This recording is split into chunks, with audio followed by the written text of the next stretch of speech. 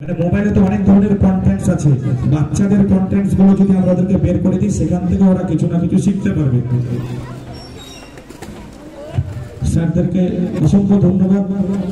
এরকম সেমিনার আবারও হোক, আমরা আবার আসবো, আরো ভালো ভালো লোক সবাই আসবে এবং আপনাদের সহযোগিতাটা দরকার। আপনারা টিচার্সদের ফ্যাকাল্টিকে আপনারা আরো এনকারেজ করুন, এনকারেজমেন্টের দরকার আছে এবং আপনাদের মধ্যে এরকম এরিয়াতে এই ধরনের স্কুল, এই ধরনের সেমিনার যত হবে এরিয়ার উন্নতি হবে, এরিয়ার উন্নতি হবে, অনেক ডেভেলপমেন্ট হবে।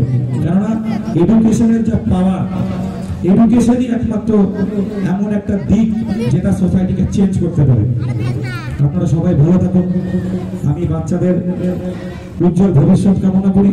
ফ্যাকাল্টিকেও আমি বেস্ট অফ লাক উইশ করবো যাতে স্কুলটা আরো ভালো জায়গায় যায় এবং প্রতি বছর আমি যেন এরকম সেমিনার অ্যাটেন্ড করতে পারি। টিচার্সদেরকেও থ্যাঙ্কস।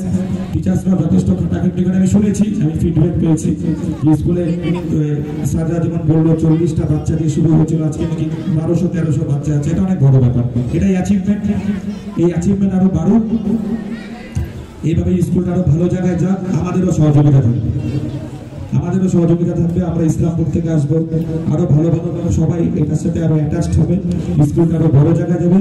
গার্জিয়ানরাও সহযোগিতা করুন, সবাই মিলেমিশে আমরা আপনাদের এই এরিয়া তথা এই স্কুলকে আমরা একটা নেক্সট লেভেলে নিয়ে যাবো। থ্যাংক ইউ, সকলে ভালো থাকবেন। এই স্পিচটাকে আর আমি বড় করে এখন আমি মাহলটাকে বোরিং করলাম না, ভালো থাকবেন। থ্যাংকস।